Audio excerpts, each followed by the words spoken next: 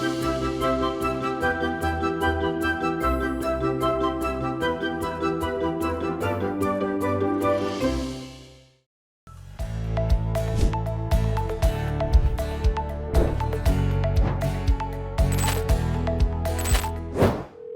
Money nine.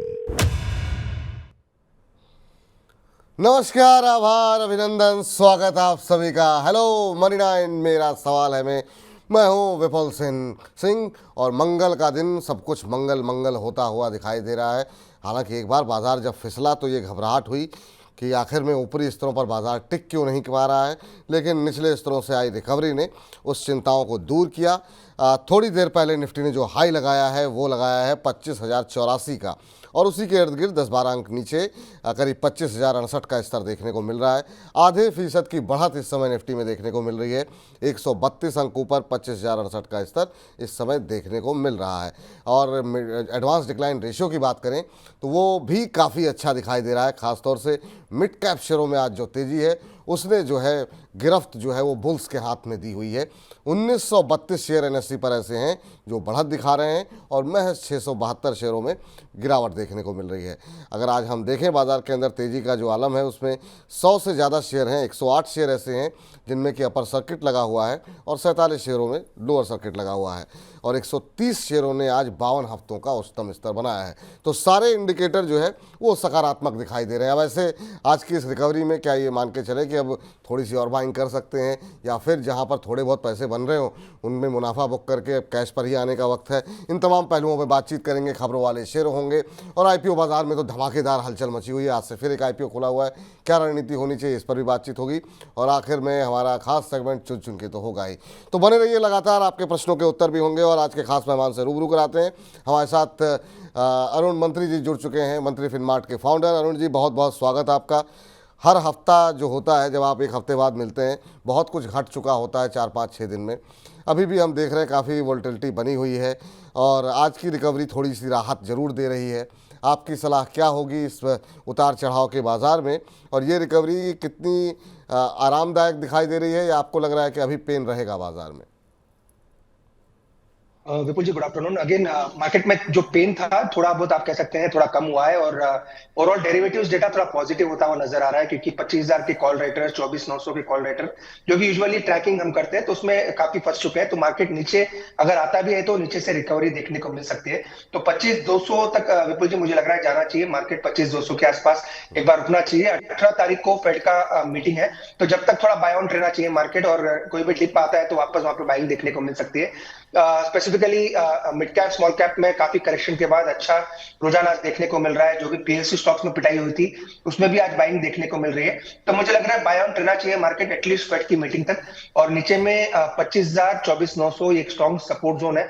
तो 24,900 जब तक निफ्टी में ब्रीच नहीं होता बेटर है बाय ऑन डिप्स की स्ट्रेटेजी रखे, क्योंकि 25,000 के ऊपर हमने शॉर्ट को हटाने की सलाह दी थी और 25,000 के ऊपर क्लियरली मार्केट टिक रहा है। तो मुझे लगा 24,900 अब स्ट्रॉन्ग सपोर्ट बन चुका है। उसके नीचे जब तक नहीं जाता बेटर है आप बाय साइड ही रहना चाहिए। जी, चलिए सवाल जवाब का सिलसिला शुरू करते हैं। बहुत सारे दर्शकों के प्रश्न आने शुरू हो गए हैं। दीप्ति भारद्वाज जी के प्रश्न के साथ शुरुआत करते हैं। करेंगे कि मनी नाइन में आप सभी का स्वागत है। आपका भी बहुत बहुत स्वागत है दीप्ति जी। इनके पास कैनरा बैंक के शेयर लिए हुए हैं, 126 शेयर हैं 121 रुपये के भाव पर। अब ये जानना चाहती हैं कि क्या करना चाहिए। बैंकों ने जो है वो काफ़ी निराश किया है हाल फिलहाल के दिनों में। अभी 104 पे चल रहा है और ठीक ठाक नुकसान में है इस समय। ये 121 की इनकी खरीद है। सर क्या करें अब, ख़ास तौर से पीएसयू बैंकों में कुछ समझ में नहीं आ रहा है। बहुत लोगों के डेली सवाल आ रहे हैं। 5 दिन में करीब 4.5-5% करेक्ट हो चुका है। क्या स्ट्रेटजी होनी चाहिए पीएसयू बैंकों को लेकर के? 6 महीने में 11% का नेगेटिव रिटर्न दिया है इसने। विपुल जी अगेन थोड़े स्लो मूवर हो चुके हैं, नो डाउट। स्टॉक काफी अच्छे हैं, अच्छे वैल्यूएशंस पे भी मिल रहे हैं, 104 के भाव के आसपास है। थोड़ी बहुत दिक्कत जो थी एसबीआई का एक बड़ा डाउनग्रेड देखने को मिला एक बड़े ब्रोकरेज की तरफ से। उसी का दूसरा रिपल इफेक्ट आपको Canara bank, bank of Baroda सभी स्टॉक्स में देखने को मिला है। पर एग्जैक्ट सपोर्ट के आसपास है, 100 का एक स्ट्रॉन्ग सपोर्ट जोन है। तो मुझे लग रहा है ये सपोर्ट होल्ड करना चाहिए और वापस एक बार स्टॉक 112-114 तक जाना चाहिए। तो ओवरऑल मुझे लग रहा है यहाँ से बाउंस आ सकता है। अगर आपकी ट्रेडिंग पोजीशन है तो 112-114 के आसपास आता है तो एक बार का एग्जिट कर ले। अगर लॉन्ग टर्म पोर्टफोलियो के लिए रखा है तो कोई दिक्कत नहीं है। अगर आप ऐड करना चाहे तो भी कर सकते हैं। ऐड करना चाहें तो भी कर सकते हैं। ये राय फिलहाल आपके लिए दीप्ति जी यहाँ पर निकल करके आ रही है। संजीव जनेवा जी का सवाल है, करें नमस्कार, मैंने IFCI के शेयर लिए हुए हैं 83 रुपये के भाव पर, 3000 शेयर रखे हुए हैं।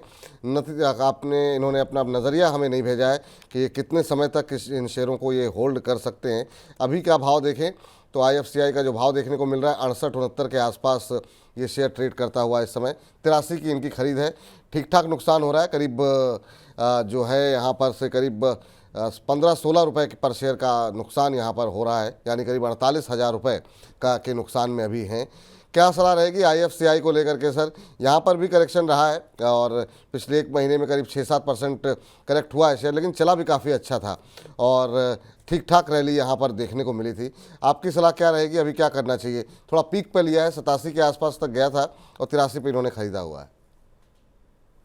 अगेन विपुल जी, PSU स्टॉक्स में एक अच्छा खासा प्रेशर देखने को मिल रहा है। निफ्टी CPSE के जो स्टॉक्स है, अगर आप देखें BEL, इंजीनियर्स इंडिया, अगर आप HAL देखें, सभी में अच्छा प्रेशर देखने को मिल रहा है। तो IFCI भी मुझे लग रहा है एक काइंड ऑफ मिड कैप का प्रेशर इसमें भी नजर आ रहा है, पर मुझे लग रहा है नीचे में इसका जो स्ट्रॉन्ग सपोर्ट है 64 के आसपास है।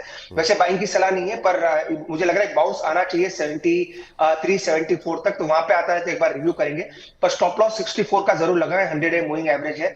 एग्जैक्टली अभी सपोर्ट के आसपास है, 64 से 68 का स्ट्रॉन्ग सपोर्ट जोन है। अगर स्टॉक को ऐसे ऊपर जाना है तो ये लेवल्स मुझे लग रहा है यहाँ से पलटना चाहिए। तो पहले तो स्टॉप लॉस लगाए 64 का, स्टॉप लॉस थोड़ा दूर है पर स्टॉप लॉस उसी का लगाए, और 74 से 76 के बीच में आता है तो एक बार रिव्यू करेंगे वापस। वहां पे मुझे लग रहा है एक बार का थोड़ा बहुत एग्जिट भी आप करके चल सकते हैं, पर स्टॉप लॉस 64 के आसपास जरूर लगाते। स्टॉप लॉस 64 के आसपास अवश्य लगाएं, ये आपके लिए यहाँ पर सलाह निकल करके आती हुई। अगले दर्शक के पास चलते हैं। इन्होंने जो है हाफिज़ साहब हैं, हाफिज़ साहब ने मनी9 को 100 रुपये भेजे हैं और कह रहे हैं, हेलो विपुल सर, सोना BLW के शेयर ले रखे हैं इन्होंने, 744 रुपये पर इन्होंने ख़रीदारी की है, लॉस में है, कह रहे हैं लक्ष्य बताइए प्लीज़। सर 744 पे आपने लिया हुआ है और अभी का जो भाव सोना BLW का चल रहा है वो 719 का चल रहा है, 20-21 रुपये का नुकसान आपको यहाँ पर हो रहा है। हालांकि आज रिकवरी है सोना BLW में, करीब 3.25% के आसपास की रैली यहाँ पर आती हुई दिखाई दे रही है। यहाँ पर आपको बता दें कि खबर भी है कि कंपनी जो है करीब 2400 करोड़ रुपए जो है वो जुटाने की योजना बना रही है। QIP के ज़रिए जो है कंपनी ये जो है रकम जुटाएगी और उसी खबर के चलते आज जो है शेयर के अंदर मजबूती देखने को मिल रही है। सर इस खबर का असर इतना होगा कि ये जो है लॉस से या तो ब्रेक इवन पे या फिर मुनाफे में आ जाए? आज इस खबर के चलते अच्छी तेज़ी है, यहाँ पर करीब 3-4% तक उछला था शेयर, अभी थोड़ा सा ऊपर से नीचे आया है। विपुल जी, ओवरऑल मुझे लग रहा है काफी साइडवेज है, ओवरऑल स्ट्रक्चर साइडवेज है, और मुझे लग रहा है आने वाले दिनों में भी स्टॉक ओवरऑल एक रेंज में रहना चाहिए। पर मुझे लग रहा है आने वाले दिनों में एक बाउंस आ सकता है, वो बाउंस को यूज करें एग्जिट करने के लिए। पर ओवरऑल मुझे लग रहा है ये स्टॉक का बड़ा टारगेट अगर आप रखते हैं 2 से 3 महीने का, तो 850 तक के टारगेट्स मुझे लग रहा है इसमें आने चाहिए। और इसमें एक ट्रिगर है 690 के आसपास का QIP प्राइस है, तो 690 के नीचे मुझे नहीं लग रहा है स्टॉक आपको जाता हुआ नजर आएगा, क्योंकि 690 के आसपास ही अपना QIP के पैसा रेस कर रहे हैं। तो 690 680 एक स्ट्रॉन्ग सपोर्ट जोन है, यहाँ से पलटना भी चाहिए। तो अगर आप थोड़ा व्यू रखते हैं 1 से 2 महीने का, तो मुझे लग रहा है 850 तक स्टॉक जा सकता है। तो डेफिनेटली होल्ड करें, कंपनी अच्छी चुनी है आपने और ओवरऑल टेक्निकल भी काफी अच्छा है, तो 850 के टारगेट के लिए होल्ड करें और नीचे में 690 का स्टॉप लॉस जरूर मेंटेन। चलिए, तो ये राय यहाँ पर आपके लिए फिलहाल निकल करके आती हुई, और अगले दर्शक का प्रश्न ले लेते हैं। रजनीश तिवारी जी ने हमें भी 100 रुपये भेजे हैं और यूनिकॉमर्स के ऊपर इनका प्रश्न है। इनका प्रश्न मुझसे थोड़ा सा मिस हो गया, लेकिन किस भाव पर इन्होंने लिए हुए हैं, लेकिन आपका सवाल ले लेते हैं सर। यूनिकॉमर्स पे आपने लिया हुआ शेयर लिया हुआ है 226-86 का अभी स्तर देखने को मिल रहा है, आज 4.5% ऊपर है, 226-227 के आसपास ट्रेड करता हुआ। क्या स्ट्रेटजी सजेस्ट करेंगे यूनिकॉमर्स को लेकर के? अभी कुछ दिन पहले ही कंपनी के नतीजे आए थे, 30% के आसपास कंपनी का मुनाफा बढ़ा था। आपकी सलाह क्या होगी, क्या करना चाहिए इन्हें? विपुल जी, स्टॉक काफी अच्छा है, फंडामेंटली भी काफी अच्छा है, रिसेंटली लिस्टेड है, तो इसका टारगेट मुझे लग रहा है 270 तक इजीली आपको देखने को मिलेगा। अगर थोड़ा पोटेंशियल रखते हैं, थोड़ा 2 से 3 महीने इसको भी होल्ड करते हैं, तो मुझे लग रहा है इसमें भी एक अच्छा पैसा बन सकता है। फंडामेंटली काफी स्ट्रॉन्ग है और अच्छे बिजनेस में है, और यहाँ से इस बिजनेस में अच्छा ग्रोथ भी देखने को मिल सकता है। तो डेफिनेटली होल्ड करें। अगर आप थोड़ा व्यू लगा सकते हैं 2 से 3 महीने का, तो 270-280 तक मुझे लग रहा है स्टॉक प्राइस में उछाल देखने को मिल सकता है। चलिए, तो ये राय आपके लिए फिलहाल यूनिकॉमर्स पर निकल करके आती हुई। दीपक जी हमारे साथ फोन लाइन पर जुड़े हुए हैं, उनसे बातचीत कर लेते हैं। दीपक जी को नमस्कार। नमस्ते विपुल सर। नमस्ते दीपक जी, कहाँ उजाला कर रहे हैं आप, कहाँ से बोल रहे हैं? सर मैं बिहार से बोल रहा हूँ, भोजपुर जिला। भोजपुर जिला। जी सर। चलिए, बहुत अच्छी बात है सर। और भोजपुर जिले में भी मनी 9 देखा जा रहा है और आप जैसे दर्शक वहाँ मौजूद हैं, बहुत बहुत शुक्रिया सर आपका। और बाकी लोगों को भी प्रेरित करते हैं मनी 9 देखने के लिए कि नहीं आप? सर मेरे ग्रुप में सभी लोग इसके एकदम आदी हैं सर। अरे सर शुक्रिया, बहुत बहुत धन्यवाद। बताइए सर, क्या प्रश्न है आपका?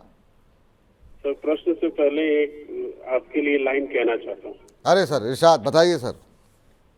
East and the west, money 9 is the best. अरे सर शुक्रिया, धन्यवाद बहुत बहुत आपका। और आप लोगों के जो शब्द होते हैं ना, ये बड़ी ऊर्जा और हम लोगों को उत्साह देते हैं और बेहतर काम करने के लिए प्रेरित करते हैं। थैंक यू सर, बहुत बहुत धन्यवाद। और आपके सभी जो ग्रुप के लोग हैं उन सभी को बहुत बहुत धन्यवाद जो लोग मनी 9 देख रहे हैं। बताइए सर, क्या प्रश्न है आपका?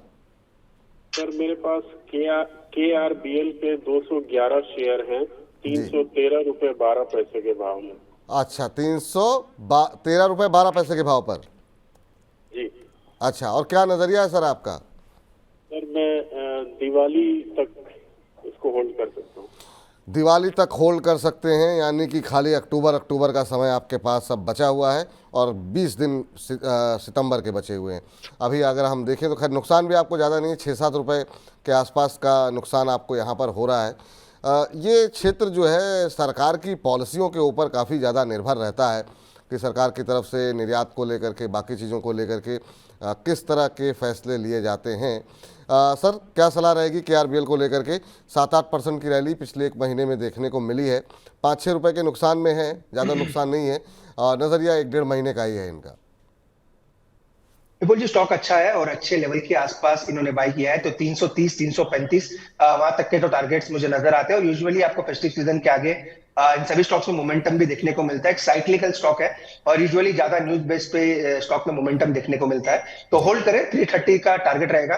स्टॉप लॉस जरूर मेंटेन करें क्योंकि ये मिड कैप वाला स्टॉक है और जब भी न्यूज पे ज्यादा रिएक्ट करता है तो 300 का स्टॉप लॉस जरूर मेंटेन करें नीचे में।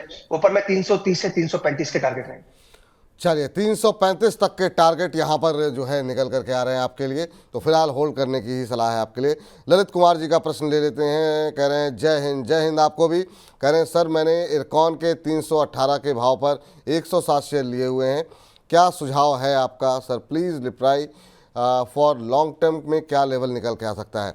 ये अच्छी बात है कि जब लंबी अवधि का नज़रिया है आपका यहाँ पर, क्योंकि बहुत ज़्यादा फंडामेंटल में बदलाव नहीं हुआ है वैल्यूएशन को लेकर के, और जो लिक्विडिटी आ रही थी इन सेक्टर्स के अंदर वो थोड़ी सी ड्राई हुई है। इसके चलते रेलवे में, डिफेंस में अभी थोड़ा सा तनाव देखने को मिल रहा है।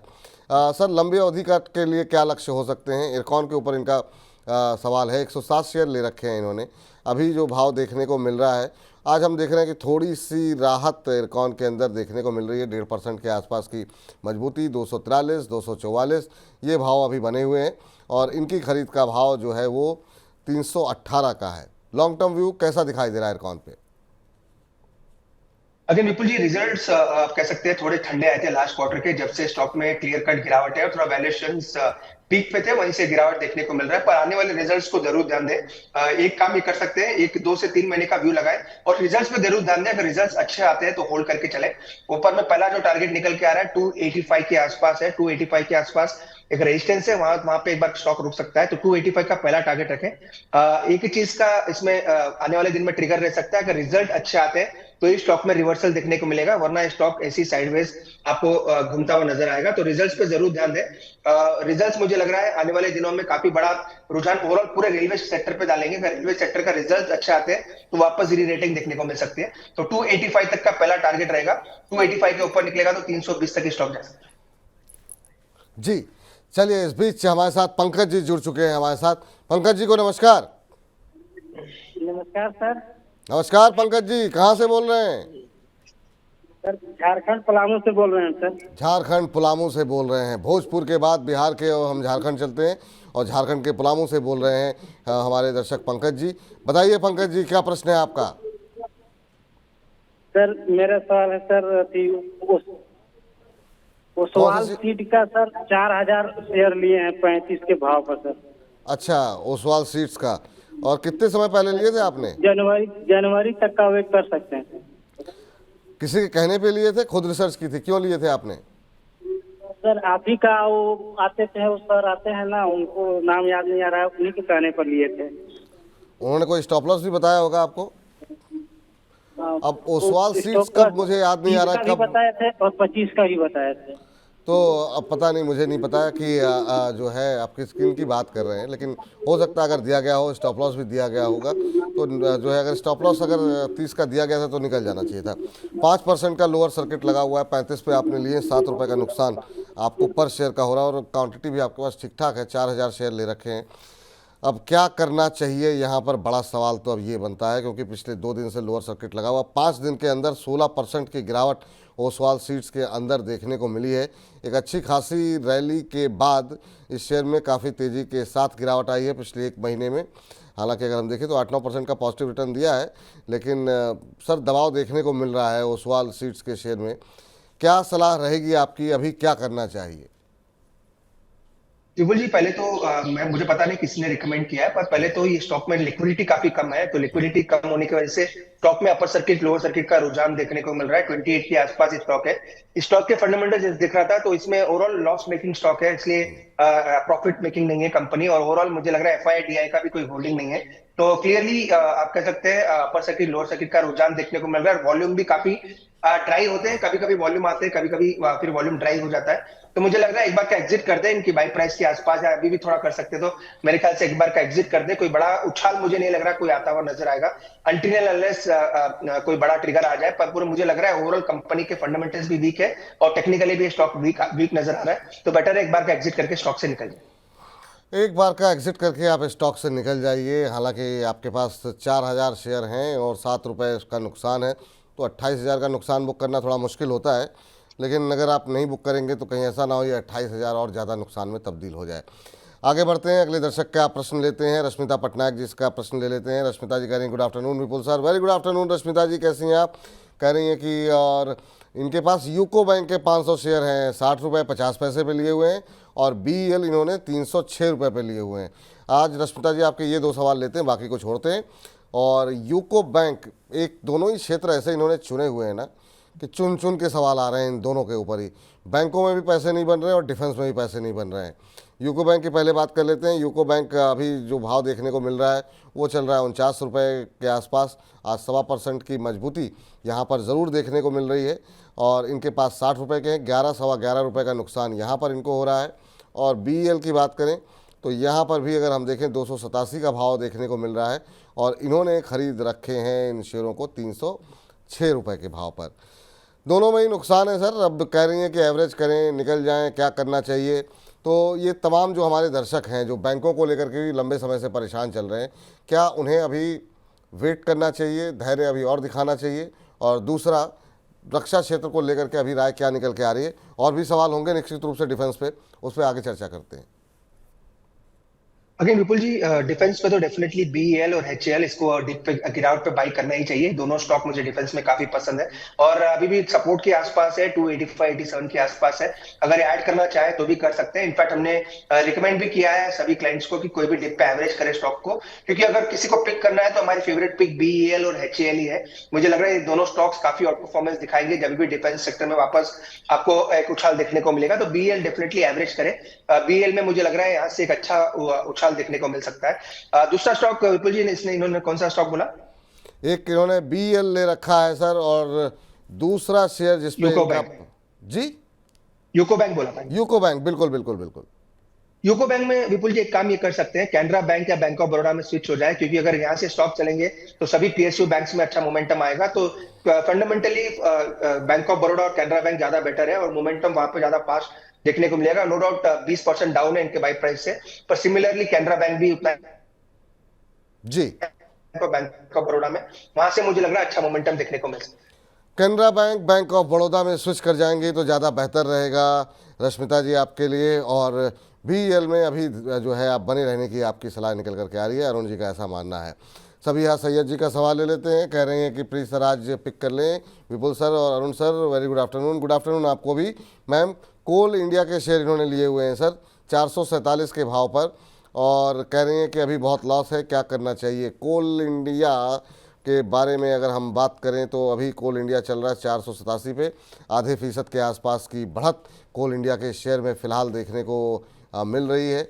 और 487 पे आपने लिया हुआ है और इन्होंने लिया हुआ है 447 पे।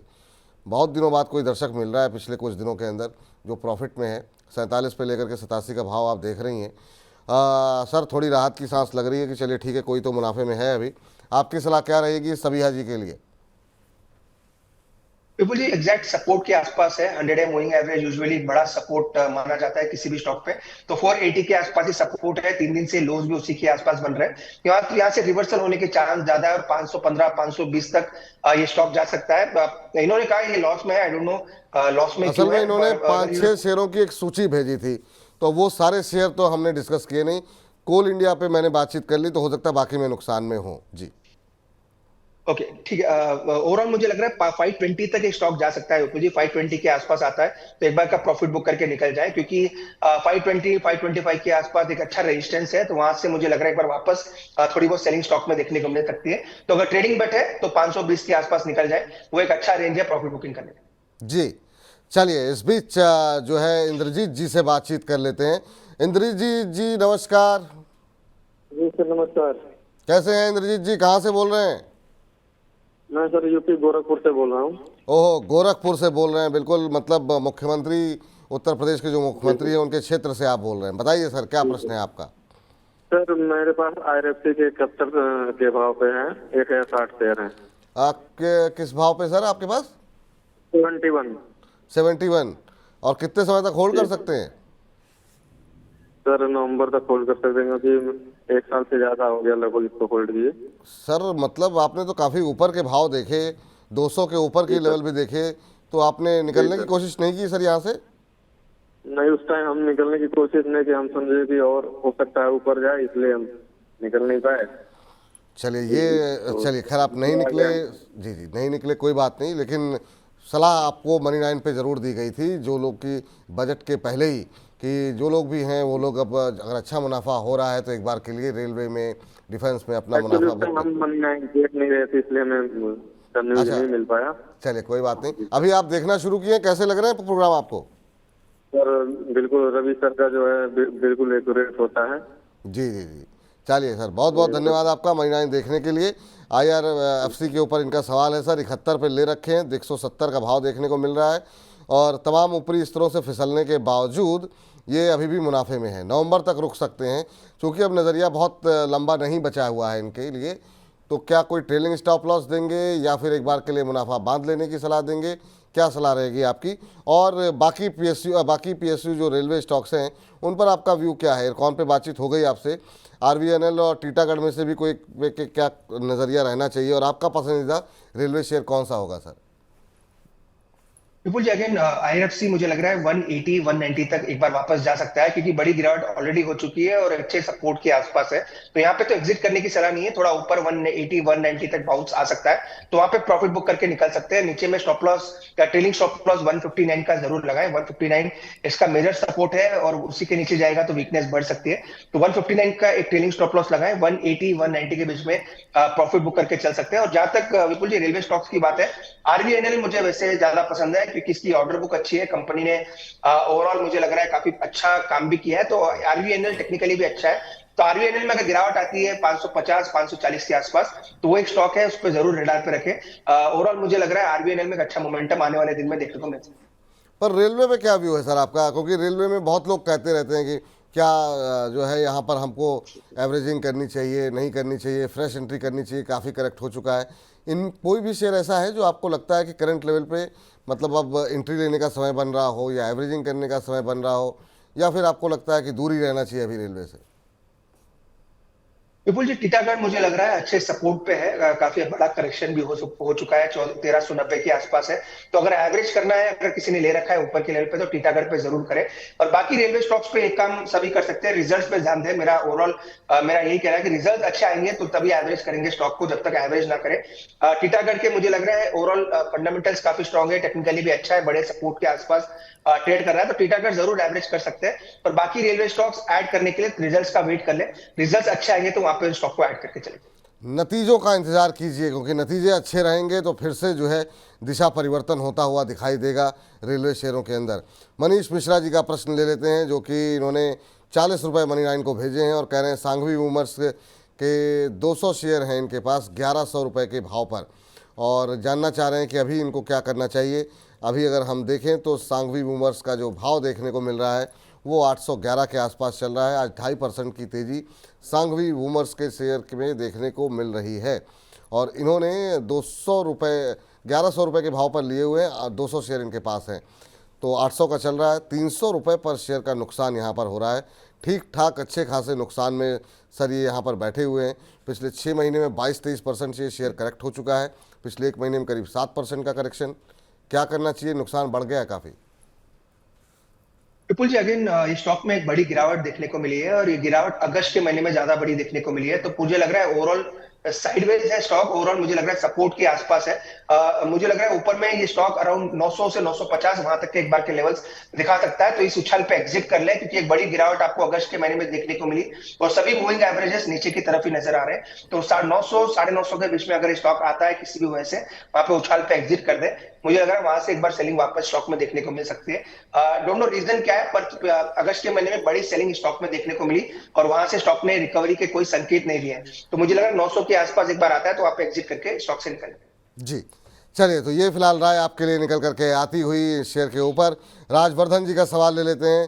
राजवर्धन जी का सवाल है कि IOCL सर, अभी हाल फिलहाल में जो है हमने देखा कच्चे तेल की कीमतों में जो नरमी देखने को मिल रही है, ऑयल मार्केटिंग कंपनीज पे इस समय क्या व्यू निकल करके आ रहा है? 151 पे इन्होंने ले रखा है। अब ये जानना चाह रहे हैं क्या मुनाफा जो है एक बार के लिए बुक कर लेना चाहिए या फिर अभी बने रहना चाहिए? अभी क्या ट्रेलिंग स्टॉप लॉस देंगे आप इनको? इन्होंने ले रखा है 151 रुपये के भाव पर और अभी जो है ये प्रॉफिट में है। क्या कुछ कई सारे ब्रोकरेज हाउसेज में भी हमने देखा कि उन्होंने भी काफ़ी पॉजिटिव जो है यहाँ पर लक्ष्य निकल करके आए हैं। 25 रुपये के आसपास बन रहे हैं इनके। आपकी सलाह क्या होगी IOCL पर? विपुल जी, मेरा ओवरऑल व्यू IOC पे काफी बुलिश है। ओवरऑल डिविडेंड पेइंग स्टॉक है, काफी बड़ा डिविडेंड भी देता है और 170 का एक बड़ा सपोर्ट है। तो 170 का ट्रेलिंग स्टॉप लॉस जरूर मेंटेन करें। 170 जो है 50 डे और 20 डे मूविंग एवरेज है। तो 170 के नीचे जब भी ये स्टॉक जाता है तो एक बार का प्रॉफिट बुक कर ले, क्योंकि ओवरऑल आपकी ट्रेडिंग पोजीशन है। तो 170 के नीचे एक बार प्रॉफिट जरूर बुक करें। ऊपर में इसका जो टारगेट निकल के आ रहा है 184 के आसपास है, 184 185 इसका रिसेंट पीक है। वहां तक मुझे लग रहा है स्टॉक एक बार जाना चाहिए। तो 185 के टारगेट के लिए होल्ड करें और नीचे में 170 का एक ट्रेलिंग स्टॉप लॉस जरूर मेंटेन। चलिए, तो ये राय आपकी निकल करके यहाँ पर आती हुई IOCL के ऊपर। इस बीच जो है 950 के ज़्यादा हमारे पास दर्शक जो है वो हमारे साथ YouTube पर जुड़े हुए हैं। इसके अलावा हमारे Facebook और हमारे ऐप पर भी लोग जुड़ रहे हैं। बहुत बहुत धन्यवाद, बहुत बहुत शुक्रिया आप लोगों का आज की इस चर्चा में जुड़ने के लिए। और जितना हो सके अपने इस कार्यक्रम को और ज़्यादा लोगों तक पहुंचाइए।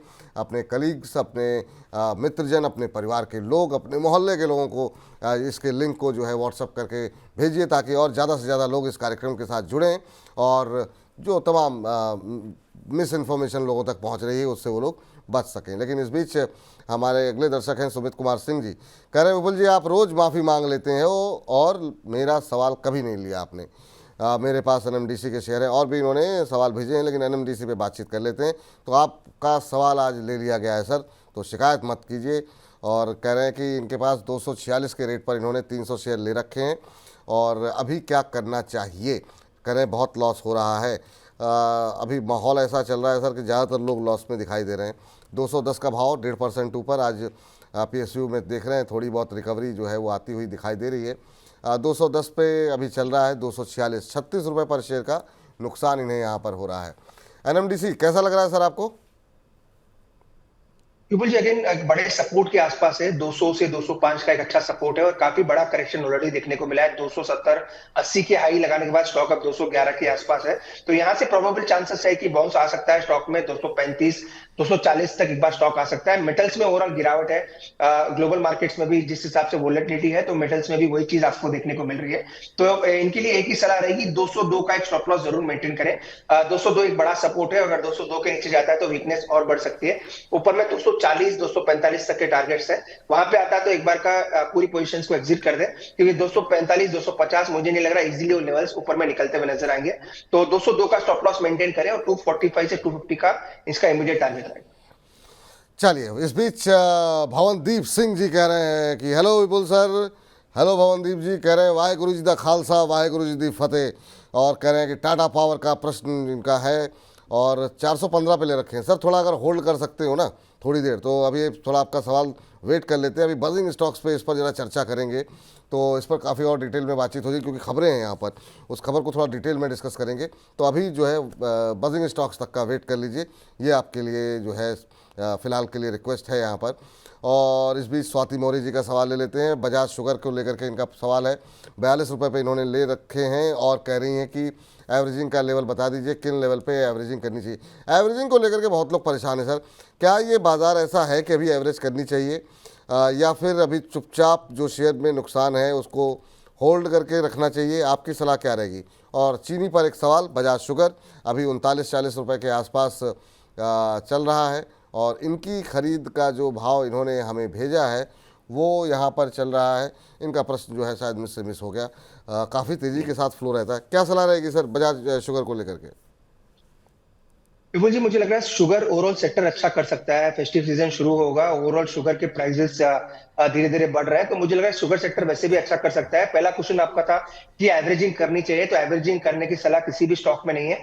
ऐसे स्टॉक में करें जहां पे अच्छे सपोर्ट के आसपास स्टॉक हो चुके हैं। जैसे मैंने बीएल की बात की, बीएल एक अच्छा बड़ा करेक्शन आ चुका है, उस करेक्शन के बाद सपोर्ट के आसपास है, तो स्टॉक स्पेसिफिक एवरेजिंग जरूर कर सकते हैं, पर हर स्टॉक को एवरेज करने की जरूरत नहीं है, क्योंकि हो सकता है मार्केट में एक बड़ी जो उछाल देखने को मिला है वापस कंसोलिडेशन में जाता हुआ नजर आए। तो मुझे लग रहा है एवरेजिंग हर स्टॉक में ना करें। जो भी स्टॉक में जो फंडामेंटली अच्छे हैं, बड़ा करेक्शन आ चुका है, बड़े मूविंग एवरेजेस या टेक्निकली सपोर्ट के आसपास है, उन्हीं को एवरेज करना है। और बजाज हिंदुस्तान मुझे लग रहा है ये भी स्टॉक मुझे लग रहा है आने वाले दिनों में अच्छा कर सकता है। नीचे में 37 के आसपास बड़ा सपोर्ट है, इसका जो वीकली सपोर्ट है वो पिछले 7 या 8 हफ्तों के लो देखे तो 37 के आसपास है, तो स्टॉप लॉस 37 का जरूर मेंटेन करें। ओवरऑल मेरा व्यू शुगर पे बुलिश है और आने वाले दिनों में शुगर स्टॉक्स अच्छे कर सकते हैं, तो 37 का स्टॉप लॉस होल्ड करें। ऊपर में 45 तक के टारगेट स्टॉक में देखने को मिल सकते हैं। 45 तक के टारगेट यहाँ पर ऊपर की तरफ देखने को मिल सकते हैं और 42 पे आपने ले रखा है, तो 3 रुपये आपको जो है मुनाफा यहाँ पर मिल सकता है। होल्ड करने की सलाह यहाँ पर निकल करके आ रही है। और इस बीच सारांश का सवाल ले लेते हैं। कह रहे हैं विपुल सर आपका ऑरा बहुत पॉजिटिव है, बहुत कामिंग है और I am very big fan of you. Thank you sir, बहुत बहुत शुक्रिया सारांश जी कि आपने बहुत सारांश में जो है बहुत सारे एडजेक्टिव यूज़ किए हैं। थैंक यू सर, बहुत बहुत धन्यवाद आप लोगों के प्यार के लिए। और कह रहे हैं कि मेरे पास BEML के 5170 के भाव पर ये शेयर इन्होंने ले रखे हैं। कह रहे हैं बहुत लॉस है, 1 साल का नज़रिया है इनका। कह रहे हैं कि मंत्री सर से प्लीज़ जो है एनालिसिस करवा दीजिए, तो बिल्कुल मंत्री सर से आपका एनालिसिस करवा देते हैं। और लॉस में है सर, 1 साल का नज़रिया है इनका।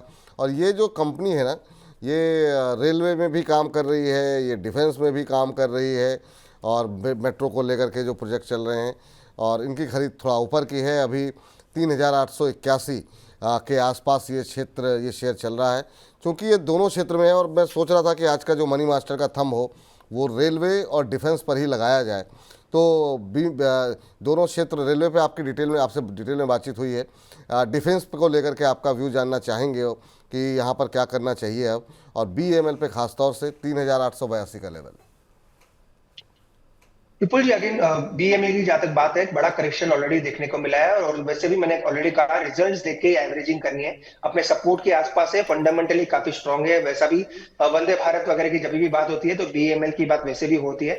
नो डाउट वो सभी स्टॉक्स में प्राइसिंग है, पर स्टॉक फंडामेंटली काफी अच्छा है, तो स्टॉक को होल्ड करें, कोई दिक्कत नहीं है। मुझे लग रहा है अगर आने वाला रिजल्ट अच्छा होगा तो वहां पे एवरेज भी जरूर करेंगे, तो एवरेजिंग की अभी सलाह नहीं है, स्टॉक को होल्ड करके चले। आने वाला रिजल्ट आने के बाद वापस एक बार स्टॉक को रिव्यू करेंगे, क्योंकि यहाँ मोस्टली प्रोबेबल चांसेस है कि यहां से स्टॉक ऊपर के लेवल दिखा सकता है, तो एग्जिट की सलाह बिल्कुल नहीं है, यहां से होल्ड करके चलें। सेकंड, आपने डिफेंस की बात की, मैंने ऑलरेडी कहा BEL और HAL ये 2 स्टॉक मुझे काफी पसंद है, इनमें गिरावट आती है तो आपको डेफिनेटली बाय करना है।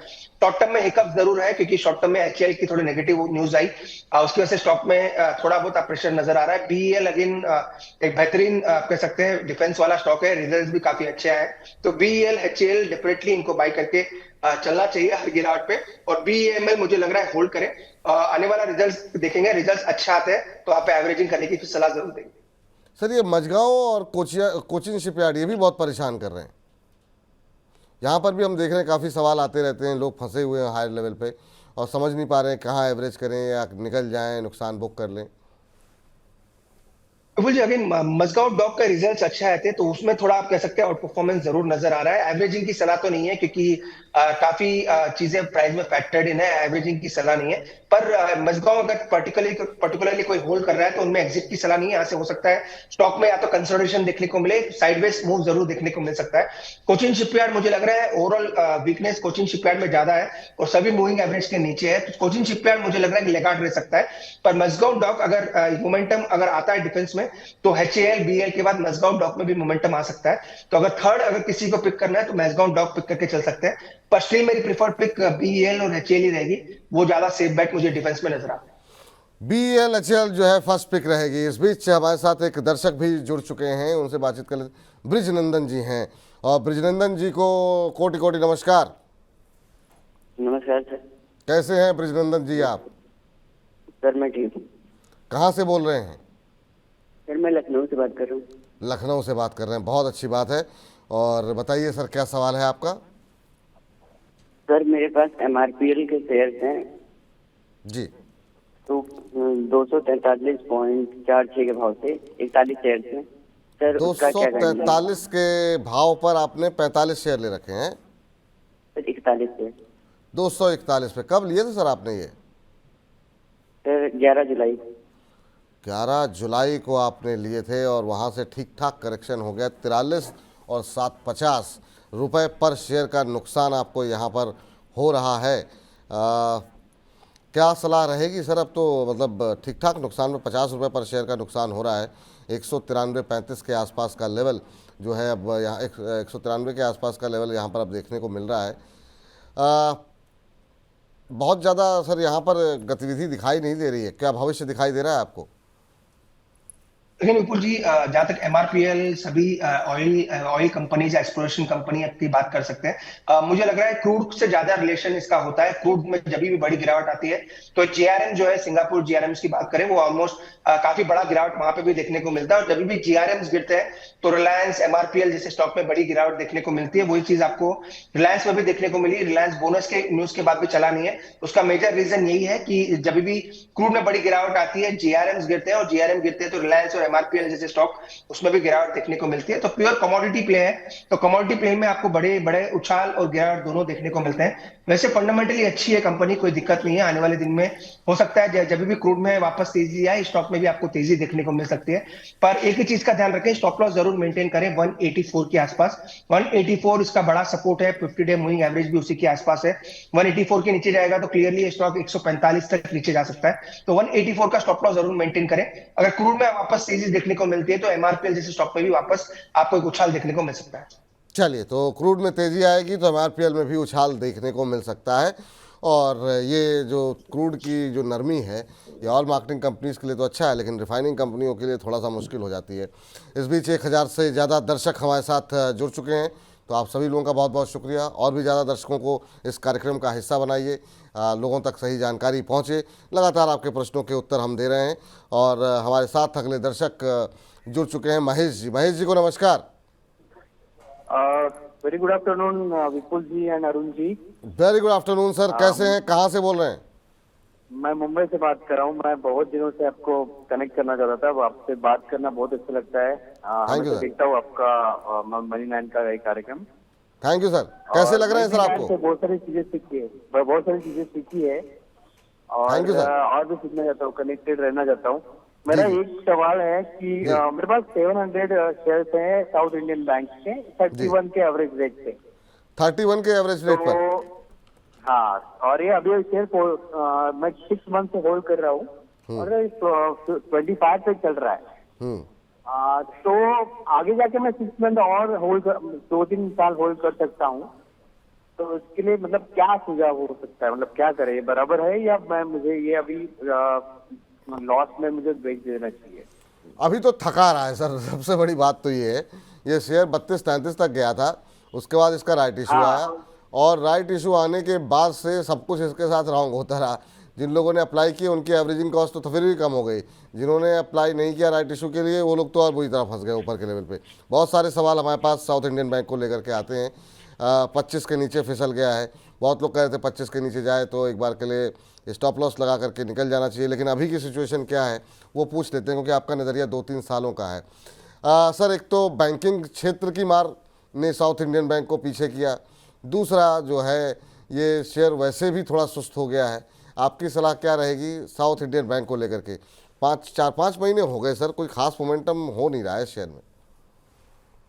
विपुल जी, आपने सही कहा, एक अंडर परफॉर्मर है और काफी रिटेल पोर्टफोलियो में स्टॉक नजर आता है। राइट इशू के बाद काफी लोगों ने इसको बाय भी किया है और राइट इशू 22-21 के आसपास है, एग्जैक्टली मुझे याद नहीं है, पर 21 या 22 के आसपास उसका राइट इशू आया था। तो उसी का मुझे लग रहा है एक बार का स्टॉप लॉस मेंटेन करें, क्योंकि स्टॉप लॉस लगाना जरूरी है, क्योंकि मिड कैप स्टॉक्स में जब भी गिरावट आती है काफी स्टीप गिरावट देखने को मिलती है। ऑलरेडी स्टॉक ने बड़ा गिरावट दिखा चुके हैं, तो 22 रुपए का एक स्टॉप लॉस जरूर मेंटेन करें। और ऊपर में मुझे लग रहा है अगर मोमेंटम आता है स्टॉक में तो अराउंड 27 से 29 तक के टारगेट्स ऊपर में देखने को मिल सकते हैं, क्योंकि बैंक निफ्टी या निफ्टी फाइनेंशियल्स में अगर रेट कट होता है आने वाले दिन में, जो कि आरबीआई से भी एक्सपेक्टेड है, तो सभी छोटे मोटे बैंकिंग स्टॉक्स या एनबीएफसी में मोमेंटम आ सकता है। तो एक बड़ा ट्रिगर वो स्टॉक के लिए रह सकता है, तो उसी के लिए मुझे लग रहा है होल्ड करके चलें, 22 रुपए का एक स्टॉप लॉस जरूर मेंटेन करें।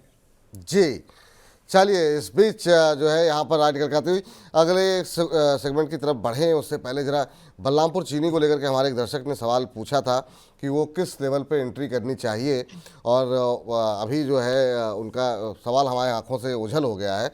नाम थोड़ा सा हम भूल रहे हैं, लेकिन बलरामपुर चीनी में ये एंट्री करना चाह रहे थे और इन्होंने 100 रुपये मनी9 को भेजे हैं। सर, कैसे देख रहे हैं बलरामपुर चीनी? बजाज हिंदुस्तान पे बात की आपने, बहुत सारी खबरें रही हैं इस सेक्टर को लेकर के, और अब तो जो है रॉ शुगर को भी घरेलू बाजार में बेचने की मंजूरी मिल गई है। क्या फ्रेश एंट्री कर सकते हैं यहाँ पे? विपुल जी, डेफिनेटली करना चाहिए। ऑलरेडी मैंने कहा शुगर सेक्टर काफी अच्छा कर सकता है आने वाले दिनों में, और 540 550 ये एक स्ट्रॉन्ग सपोर्ट जोन है, किसी भी वजह से वहां पे स्टॉक मिलता है तो अच्छी एंट्री हो सकती है। तो यहाँ 563 के आसपास है, 2-3% गिरता है, 550 के नीचे आता है तो एक अच्छा एंट्री लेवल हो सकता है, तो वहां से एक अच्छी तेजी भी देखने को मिलेगी। तो जैसा कि इन्होंने कहा इनको एक एंट्री लेवल चाहिए, तो 540 550 इसके बीच में स्टॉक आता है तो वहां पे एंट्री करके चल सकते हैं। चलिए, तो ये बता दिया गया आपको लेकर लेवल बलरामपुर चीनी के अंदर, वहाँ पे कहाँ पे एंट्री करनी चाहिए।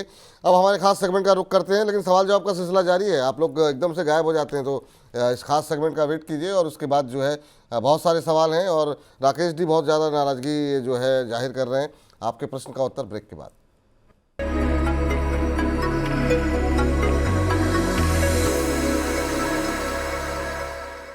नमस्कार, एक बार फिर से स्वागत है आपका हमारी खास पेशकश सौदा मुनाफे में, सौदा मुनाफे का, जिसमें हम हर रोज लेकर के आते हैं HDFC स्काई की तरफ से इनिशिएट की गई एक कॉल के बारे में, और इस कॉल की जानकारी देने के लिए हर रोज हमारे साथ जुड़ते हैं हमारे सहयोगी संदीप ग्रोवर।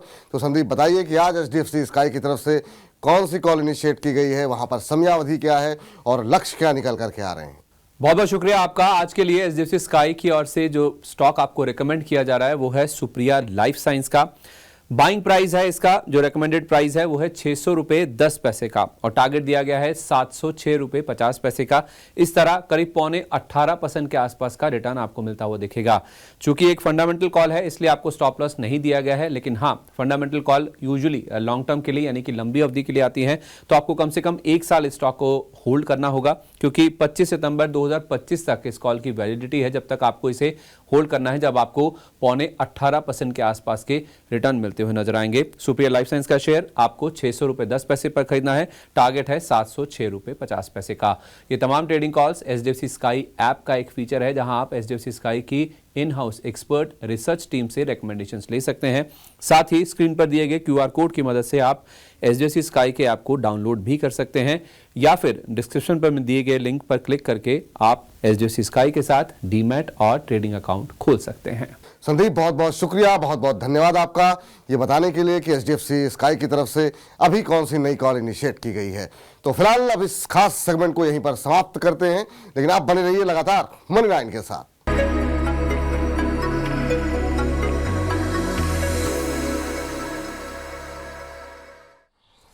चलिए, तो ये थी हमारी खास पेशकश, और फटाफट बहुत सारे दर्शकों के सवाल आ चुके हैं, तो फटाफट सवाल लेते हैं। अगर सिलसिला जो है वो शुरू करते हैं। राकेश डे जी ने सवाल किया है, कह रहे हैं विपुल जी नमस्कार, आप तो नेगलेक्ट ही कर दिए हमें, 1 वीक से सवाल पूछ रहे हैं और मार्केट भी इसलिए नीचे चला गया था, प्लीज़ बताइए कुछ PFC और EIL के बारे में, भला हो जाएगा सबका। चलिए ठीक है, पावर पे हालांकि बहुत सारी बातें हुई हैं, लेकिन फिर भी पीएफसी के बारे में बातचीत कर लेते हैं। इंजीनियर्स इंडिया पर आपका सवाल है, उसको थोड़ा सा बाद में देख लेंगे। सर, पावर क्षेत्र से जुड़ी हुई एक और कंपनी पीएफसी, यहाँ पर क्या सलाह रहेगी, अभी क्या नज़रिया होना चाहिए पावर फाइनेंस को लेकर के?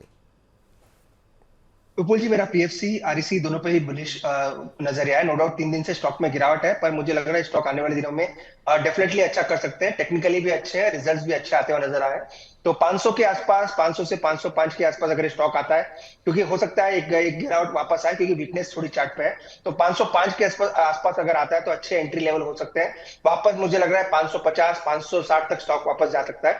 तो डेफिनेटली बाय ऑन डिप्स की स्ट्रेटेजी रखें। 505 के आसपास मिलता है तो वहां पर एंट्री स्टॉक में करके चल सकते हैं। चलिए, ये राय निकल करके आ रही है यहाँ पर पीएफसी को लेकर के। जुपिटर वैगन को लेकर के बहुत सारे सवाल हो गए हैं सर, और कल पिटाई भी अच्छी खासी हो गई थी जुपिटर वैगन को लेकर के। और क्या यहाँ पर लग रहा है आखिर में इतना पिट क्यों रहा है ये शेयर? कोई भविष्य दिखाई दे रहा है? तेज़ी के साथ नीचे जा रहा है, आज भी 1% नीचे है, 500 का लेवल आ चुका है। ये शेयर क्या मतलब एवरेजिंग का कैंडिडेट अभी बन रहा है, अभी और ज़्यादा दर्द यहाँ पर देखना अभी बाकी रह गया है लोगों के लिए? 11-12% का करेक्शन तो 1 महीने के अंदर ही आ गया है। अभी क्या करें सर, क्या स्ट्रेटजी अपनाएं? लोगों का नुकसान बढ़ता जा रहा है। लेकिन विपुल जी, JWL एक बड़ा अंडर परफॉर्मर हो चला है, 3 दिन से लगातार गिर रहा है। आई डोंट नो कल इतनी गिरावट क्यों थी, कोई न्यूज मैंने शायद ट्रैक नहीं की है, पर बड़ी गिरावट कल देखने को मिली। आज एक फॉलोअप सेलिंग है जहां पे निफ्टी 200 पॉइंट ऊपर है और ये स्टॉक 1% नीचे है। पर मुझे लग रहा है एक मेजर सपोर्ट स्टॉक ने तोड़ दिया है। 540, 550 के सपोर्ट ब्रीच होने के बाद कंटिन्यूस स्टॉक 520, 510 के आसपास ट्रेड कर रहा है, अभी 503 के आसपास है। पर मुझे लग रहा है स्टॉक को फ्रेश बाई करने की सलाह तो नहीं है, क्योंकि रिजल्ट भी ठीक ठाक है। रिजल्ट्स में भी कोई बड़ा ट्रिगर नजर नहीं आया, और नीचे में इसका जो बड़ा सपोर्ट है 490 से 485 के आसपास है। तो अगर किसी ने भी कल या परसों लिया है या फिर रिसेंटली बाइंग है तो 490 का एक स्टॉप लॉस जरूर मेंटेन करें। इमीडिएट अगर मार्केट के साथ थोड़ा उछाल आता है तो 540 तक स्टॉक ऊपर में जा सकता है।